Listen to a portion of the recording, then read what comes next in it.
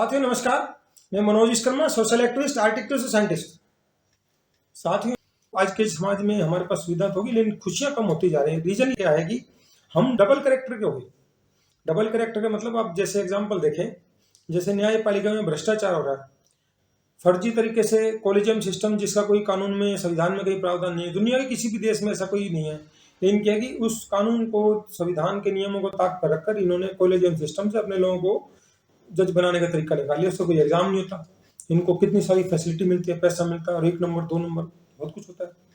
अब जैसे सीबीएसई में ये सिलेबस पढ़ाने की बात आई कि जुडिशरी में करप्शन है, पेंडिंग केसेस है, तो इससे सुप्रीम कोर्ट इतना तिलमिला उठ रहा है और जो जज जो ज्ञान दे रहे हैं वो खुद करप्शन में डूबे हैं। अब सूर्यकांत का भी अभी एक बंदे ने, जब ये हाई कोर्ट में था, जब वहां पर किसी कैदी ने जेल से पिटीशन डाली थी कि भैया इसने ऐसे ऐसे जमानत के मामलों में 8 मामलों में पैसे लिए हैं। एक बिल्डर का भी आरोप था। जब इस चीफ जस्टिस बनाने की बात आई सुप्रीम कोर्ट में, तो बार एसोसिएशन ने कंप्लेंट डाली थी इसके खिलाफ भी, ये तो इस तरह का बंदा है और उस बंदे को सुप्रीम कोर्ट का सीजेआई बना देते। तो सोचो, जो बंदा गलत करेक्टर का होगा, अगर उसके हाथ में ताकत आई तो ऐसे ही काम करेंगे। और न्यायपालिका में तो ऐसा बहुत पहले से होता रहा। ऐसे ही आप समाज में देख लो, हमारे समाज में चारों तरफ क्या हो गया कि जो लोग गलत काम करते हैं, जो खून चूसते हैं, अवैध वसूली करते हैं, शोषण करते हैं, वही जागरण भंडारे में सबसे आगे मिलेंगे।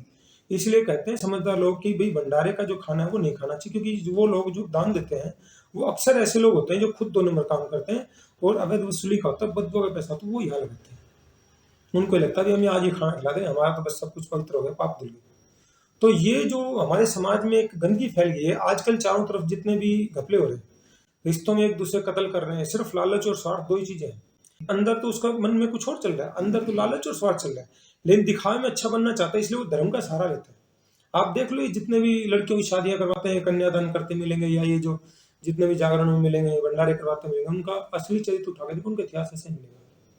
तो समाज में जो डबल करेक्टर के लोग होते हैं, चाहे वो घर में हो, चाहे समाज में हो, चाहे वो नेता बन जाए, चाहे ऑफिसर बन जाए, या जज बन जाए, या वकील बन जाए, तो भाई साहब वो समाज का नुकसान करते हैं।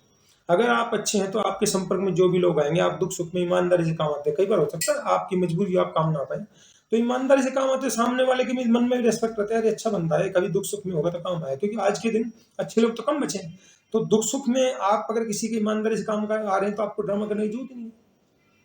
अब भगवान के मंदिर में भी जाएंगे, लोगों को पता नहीं क्या दिमाग खराब हो गया वहां। जो सोचो, ये जो यूनिवर्सल पावर है वो 800 करोड़ लोगों को संभाल लिया, अरबों जीव जंतु को संभाल लिया, एक एक का हिसाब किताब रखती है सब कुछ बिना भेदभाव के। उससे कह रहे हैं तू ये मेरे काम करे, तेरे को भंडारा कर दूंगा। अगर आपकी कहीं आस्था है तो वहां पर आपका निस्वार्थ भाव से जब तक समर्पण नहीं हुआ तो आपको वो प्रार्थना स्वीकारनी। और वीआईपी दर्शन एक और ड्रामा है भाई साहब। किसी भी चर्च में, किसी भी गुरुद्वारे में, किसी भी मस्जिद में वीआईपी का सिस्टम कर, तो भैया भगवान के दर पे आ गए तो वहां पे क्या भेदभाव। अब यहाँ खुश हैं, मैं तो वीआईपी दर्शन करके हमने सेटिंग करी, भाई साहब उसको सेटिंग है 2 मिनट में वीआईपी दर्शन करे आ गए। अरे भाई साहब, वो जो आप जो लाइन में खड़े थे उनको बाईपास करके आप जा रहे हो, तो भाई साहब वो सब कुछ समझती हो सकती है, वो इतनी बेवकूफ नहीं है आप जैसे सोच रहे हो। ठीक है, आपका तुक्का चल रहा है, कभी कुछ अच्छा किया था, लेकिन जो आप कर रहे हो ये गलत परंपरा है। सोचो, आप भगवान के घर में ही ऐसे करो तो आप रियल लाइफ में क्या करोगे। तो ये एक बहुत ही खतरनाक खेल चल गया है। और ये करने वाले कौन है? ज्यादातर अपर कास्ट वाले होते हैं, जो अपने आप को ताकतवर जातियां समझते हैं, वही सब ज्यादा घपले करते हैं। आप चाहो तो समाज में देख लो, जितने बड़े बड़े करप्शन के घोटाले के मामले में सारे अपर कास्ट हैं, क्योंकि वो क्यों करते हैं कि उनको बचाने वाले उनको लोग बैठे हैं। वो कुछ भी कांड कर दे, मर्डर कर दे, डकैती कर दे, 200 400 करोड़, 1000 2000 करोड़ का चूना लगा दें, भाई साहब जज उनको जमानत देने के लिए तैयार बैठे हैं। और उनके इंस्टीट्यूट में, उनके घरों में हाई कोर्ट सुप्रीम कोर्ट पे जज जाते हैं, तो भाई साहब वो छोटे मोटे पुलिस वाले की तो क्या बात जो बोल जाएंगे। तो किस तरह का खेल चल रहा है अभी गलगोटिया यूनिवर्सिटी में, आपने देखा ना किस तरह से। सोचो, वह एक सोनम वांगचुक जैसा बंदा जिसने कितनी इन्वेंशन करी देश के लिए, आर्मी डिफेंस के लोगों के लिए, लद्दाख के लोगों के लिए, कितना उन लोगों को फायदा हो रहा है, और भाई साहब उसको जेल में डाल दिया। और कौन सा केस लगा के? देशद्रोह केस लगा। और ये जो गलगोटिया वालों ने ड्रामा करके चाइनीज रोबोट को अपना रोबोट दिखा के जो पूरी दुनिया में हिंदुस्तान की फजीयत कराई, क्या ये देशद्रोह से कम अपराध है? लेकिन क्या कि ये भैया अपर कास्ट है, इनको छूट है। तो न्याय भी दो तरह का हो गया, अमीर के लिए अलग, गरीब के लिए अलग। अमीर के लिए तो सब कुछ छूट है, कुछ भी कर ले, क्योंकि वो उनको जो बैठे हैं ऊपर, बात तो न्याय और मानवता की करेंगे, नैतिकता के बड़े बड़े प्रवचन देंगे, लेकिन क्या कि उनका असली चरित्र जातिवाद इतना गहरा भरा हुआ है। अपने बंदे में बुराई नहीं दिखेगी, उसकी बुराई को माफ, उसको बचाने के लिए हर प्रयास करेंगे, कानून से बियॉन्ड जाके भी। और गरीब बंदा, उसको कानून से बियॉन्ड जाके फंसाने के रास्ते ढूंढेंगे, उसको जेल में कैसे रखा जाए उसके रास्ते ढूंढेंगे, उसको जेल में जाए तो वहां पे उसके अलग अलग आरोप लगाए, उसको अपराधी साबित करने के लिए सारा जोर लगाया जाएगा। तो भाई साहब, समाज में जब इस तरह के डबल करेक्टर वाले लोग होते हैं तो इससे क्या होता है, गंदगी फैलती है, और डबल कैरेक्टर वाला आदमी कहीं भी जाएगा, उसका हाथ में ताकत आएगी तो गंदगी फैलाएगा। जैसे बीजेपी वालों ने कहा, इनका इतिहास उठा लो, आरएसएस वालों को उठा लो, मोदी बड़ी बड़ी बात करता तो भाई साहब देश का क्या हाल कर दिया। जितनी बड़ी बड़ी बात करता था उतना ही भयंकर देश को पीछे कर दिया। मतलब आज 50 साल पीछे कर दिया। कोई बंदा ढंग का आएगा भी तो उसको उस गड्ढे को भरने में बहुत जोर पड़ेगा। जो 55 लाख करोड़ जो हमारा कर्जा था, आज भाई साहब वो उसका 5 गुना 240 लाख करोड़ से ऊपर कर दिया। और सड़कें जो सोचो, कंक्रीट की रोड 30 साल की एज होती है उसकी, 2-2 साल में। हमारे बड़ी 6-6 महीने पहले रोड बनाने को तोड़ दें, 6 महीने उस रोड को क्या बिगड़ा, पैसे खाने। और ये ऑर्गेनाइज करप्शन हो गया, मतलब गैंग बन के करप्शन कर रहे हैं। ऐसे ही इनका। और पुल देख लो, उद्घाटन से पहले जा रहा है। हाईवे देख लो, उद्घाटन से पहले, जिसकी 75 साल की उम्र होती है। तो ये सब इतना खतरनाक एयरपोर्ट उड़ रहे हैं। आप इन्होंने राम मंदिर को नहीं छोड़ा, इन्होंने पार्लियामेंट को नहीं छोड़ा, जो देश का एक तरह से गौरव होता है, उनको नहीं छोड़ा। तो भाई साहब इस समय जो खतरनाक खेल हो रहा है, ये तो कुदरत तो होती है ना, जो कहीं ना कहीं शेर के लिए सवा शेर पैदा कर रखे हैं। मोदी के कांड खोल रहे हैं, एप्स्टीन फाइल और ये जो आ रहे हैं, ये कितने शातिर बन रहे हैं। तो शेर के लिए सवा शेर कुदरत ने पैदा कर रखे हैं। और अब ये हालात ऐसे हो जाएंगे, इनको भाई साहब साल 6 महीने, मेरे को लगता है साल भर मुश्किल से पड़ेगा मोदी। लेकिन जो इन्होंने गलत रास्ता बना दिया, वोट चोरी वाला। पहले तो लोगों में, नेताओं में शर्म रहती थी, यार लोगों के लिए काम करेंगे तब हमें वोट देंगे। अब इन्होंने जो वोट चोरी वाला जो रास्ता खोज लिया, जो कितने करोड़ों वोटों को एसआईआर के नाम पर गड़बड़ करे जा रहे हैं, तो उससे क्या है कि वो इतना गलत रास्ता बना दिया, आने वाले लोग आपको सुनेंगे नहीं, क्योंकि इन्हें पता हमने तो बटन दबा के जीत जाना। तो ये बहुत खतरनाक कर दिया। तो विदेशी अथॉरिटीज को पता है हिंदुस्तान में घपले होते हैं। अब चाइना ने भी एक झटके में पकड़ लिया ना, कि उन्होंने, अभी मैं देख रहा था उसमें कह दिया कि इंडियन यूनिवर्सिटी ने ऐसे एआई समिट में हमारे रोबोट का ऐसे दिखा रहा है। तो सोचो, शिक्षा के क्षेत्र में इतने बड़े घपले होते हैं, वो क्या सिखाएंगे बच्चों को। और माँ बाप खुश हो रहे हैं, हम 8-10 लाख दे रहे हैं जी साल के, हमारा बच्चा वहां पढ़ रहा, वहां पढ़ रहा, वहां पढ़ रहा। तो उनका बच्चों के सपने कहाँ पूरे होंगे। और विदेशी कंपनियों को, देशों को पता है कि हिंदुस्तान में क्या होता है, इसलिए उन्होंने हिंदुस्तान में डेमोक्रेसी वाली कैटेगरी को हटा के ऑटोक्रेटिक में कर दिया। उन्हें पता है यहाँ के घपले होते हैं, इनके जन्मजात बीमारी है। अब मैं देख रहा था, पेटेंट जो मिलते हैं, पेटेंट वाला जो घपला किया था गलगोटिया यूनिवर्सिटी ने, प्राइवेट यूनिवर्सिटी में कर दिया। यहाँ पर पेटेंट का जो मिलने का रेट 33% है, जापान में 67% है, चाइना में 87% है। क्योंकि वहां पर पेटेंट वही अप्लाई करता है जिसने जेन्युइन काम किया हो, फर्जी तरीके से नहीं करता। जो फर्जी तरीके से नहीं होगा, जेन्युइन तरीके से होगा, तो उसको पेटेंट की मिलने की संभावना ज्यादा रहती है। और यहाँ पर 33% का मतलब है कि कितना बड़ा घपला, जिसमें आईआईटी और कुछ इंस्टीट्यूट अच्छे हैं। ये प्राइवेट यूनिवर्सिटी, तो गलगोटी का 1000 से ऊपर पेटेंट अप्लाई करे, सिर्फ 2 ही मिले, और वो भी पता नहीं किसका क्या हेराफेरी की होगी। तो ये जो हिंदुस्तान में शिक्षा के साथ या न्याय के साथ और स्वास्थ्य के साथ छेड़छाड़ी होती है, तो पीढ़ियां खत्म हो जाती है। और 1,84,000 स्कूल बंद है, उसका भाई असर होगा।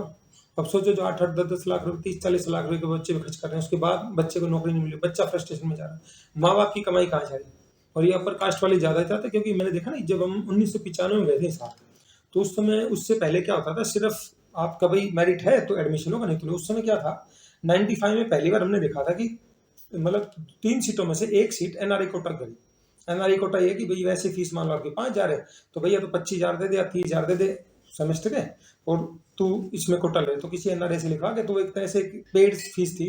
और यूनिवर्सिटी को एक आ गया था कि थोड़ा थोड़ा आप अपने ऑटोनोमस की तरफ जाओ, यानी आप अपनी फाइनेंसिंग का जुगाड़ खुद करो। तो बाद में एक और खेल होता था, पहले बीएड होती, तो बीएड से एमडी यूनिवर्सिटी थी, जैसे बीएड डिस्टेंस से करवा के एमडी यूनिवर्सिटी बहुत मोटा पैसा कमाती थी, सैलरी वगैरह स्टाफ की वहीं से निकलती थी। फिर वो डिस्टेंस वाली बीएड पे भी थोड़ा सा रेस्ट्रिक्शन लगा दी, भाई इतनी सीटें रहेंगी, तो उससे थोड़ा फर्क पड़ा। अब ये जो यूनिवर्सिटियां कमा रही डिस्टेंस एजुकेशन से, अलग अलग जो कोर्स चले हैं, ये जो फाइनेंस वाला सिस्टम चला है, तो उसमें पैसे वाला जाए, गरीब तो जा नहीं सकता, उसका पैसे था ही नहीं। अभी ईडब्ल्यूएस वाले जो प्राइवेट मेडिकल कॉलेजों में जा रहे हैं, जो ईडब्ल्यूएस के नाम पे चल रहे हैं, विदेशों में पढ़ाई कर रहे हैं, नौकरी के लिए ईडब्ल्यूएस ले रहे हैं, तो उसमें लिमिट तो 8 लाख है, तो वो 1 करोड़ फीस कहाँ से दे रहा साल की। तो सब फर्जीवाड़ा हो रहा है, इनके सर्टिफिकेट भी फ्री बन रहे। तो देश में एक बहुत ही खतरनाक खेल चल गया कि जो जेन्युइन बंदा है उसके हक को वो मार रहे हैं, जो अपने आप को बहुत चरित्रवान कहते हैं, हम तो बहुत जी बहुत उच्च जाति के हैं, हमारा कुल बहुत अच्छा है, हम तो नैतिक वाले हैं, भगवान के ठेकेदार हैं। तो भाई साहब वही सबसे बड़े चोर हो गए। तो उनका जब तक हम पूजा करते रहेंगे, उनके पैरों का हाथ लगाते रहेंगे, समस्या का समाधान कभी नहीं होगा। तो हमें इन चीजों को समझना पड़ेगा कि हमारा असली दुश्मन कौन है। उनको 3,000 साल तक शिक्षा का अधिकार मिल गया था ना, कि पब्लिक को ऐसे नोचेंगे या पब्लिक को बेवकूफ बनाएंगे। अभी चारों तरफ मैं देख रहा हूँ, रेवाड़ी जैसे छोटे शहर में, अभी जब से यूजीसी वाला मामला है, इन्होंने SC ST OBC को चुग्गा डालने के लिए अभी विराट हिंदू सम्मेलन करना शुरू कर दिया। हिंदू में क्या, अब उसमें क्या कि इनको एहसास कराएंगे झूठा भी, तुम हिंदू हो, हिंदू। जब इन पे अत्याचार होता है, जब ये एकदम चुप हो जाता है, गायब हो जाते हैं।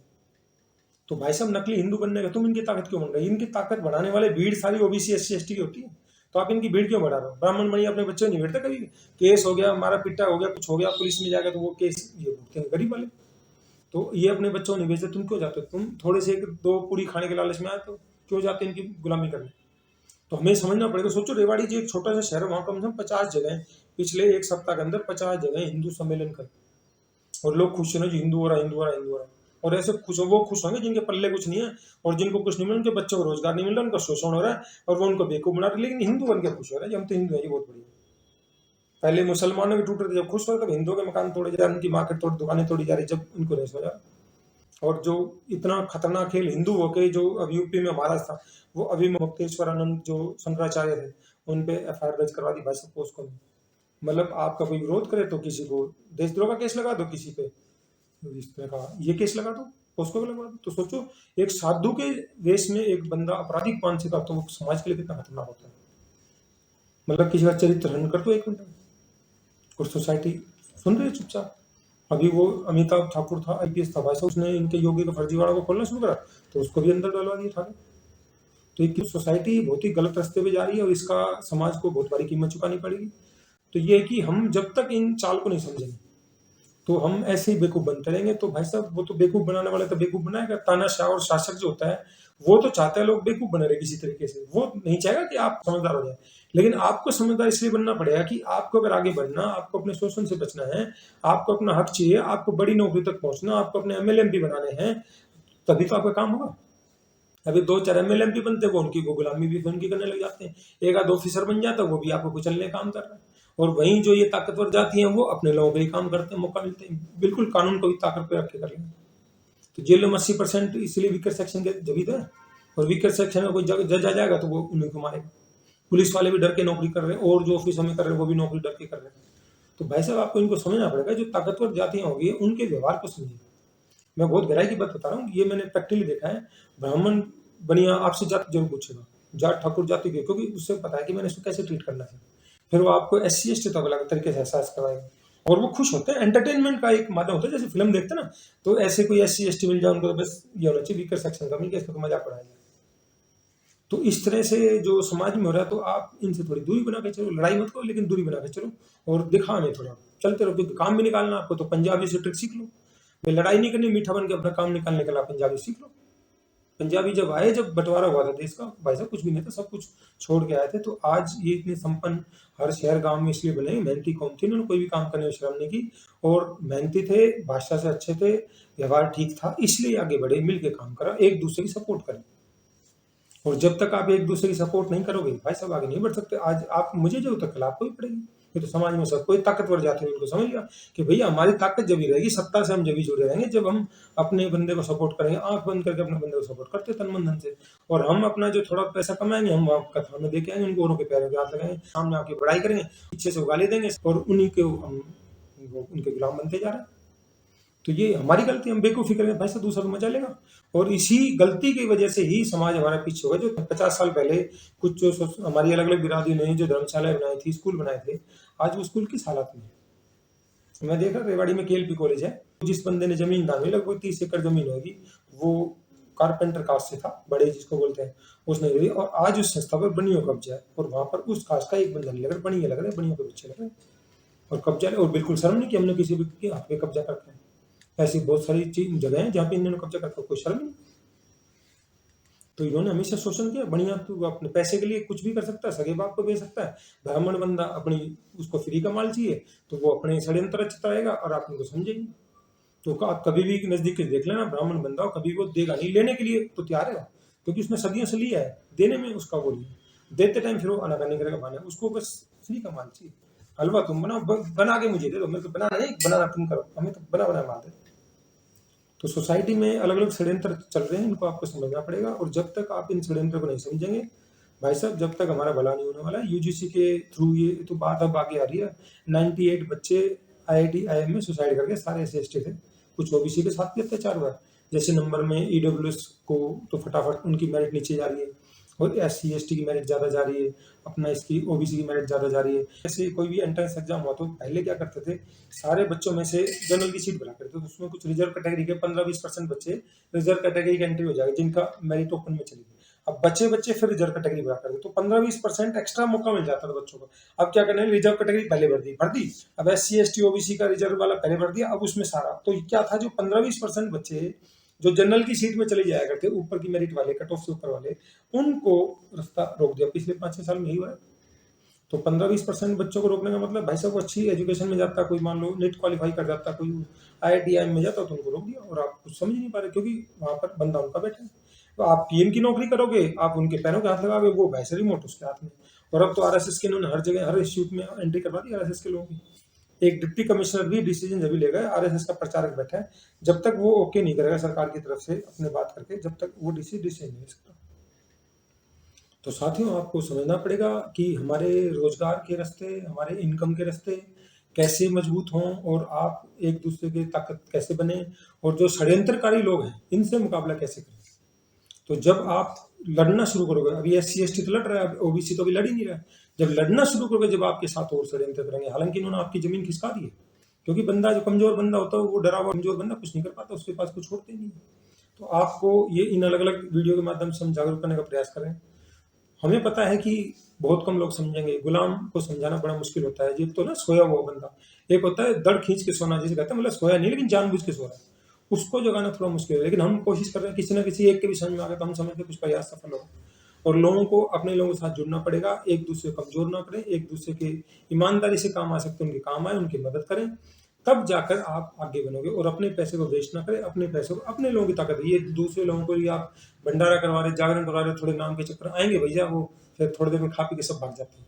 तो वो अपने बच्चों की पढ़ाई की लिखाई के लिए लगाओ ना, क्योंकि आपके जमीन थे नहीं, बिजनेस करना आपने सीखा ना, तो काम धंधे करने सीखो। अब आपके बच्चा अगर पढ़ लिख जाए, डॉक्टर बन जाएगा, तो आपसे कोई नहीं करवाएगा इलाज, वो बनिया बनियास करवाएगा, पंजाबी पंजाबी, पढ़ तो आपके पास आएंगे नहीं।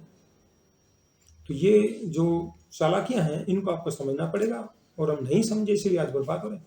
पिछली 2 पीढ़ियों ने गलती की, आज इसीलिए OBC वालों की हालत इतनी खराब हो रही है। तो साथियों, मैं समझता हूँ इस वीडियो के माध्यम से मैंने आपको बहुत महत्वपूर्ण जानकारी देने का प्रयास किया। साथियों, आपको हमारा वीडियो अच्छा लगता है, इसको लाइक करें, कमेंट करें, सब्सक्राइब करें। आपको हमारे वीडियो में कोई कमी लगती है, इंप्रूवमेंट लगता है, सजेशन लगता है, आप हमें कमेंट सेक्शन में जाकर जरूर बताएं, ताकि भविष्य में हम जो भी जानकारी लेकर आपको बेहतर से बेहतर जानकारी दे सके। धन्यवाद, जय हिंद।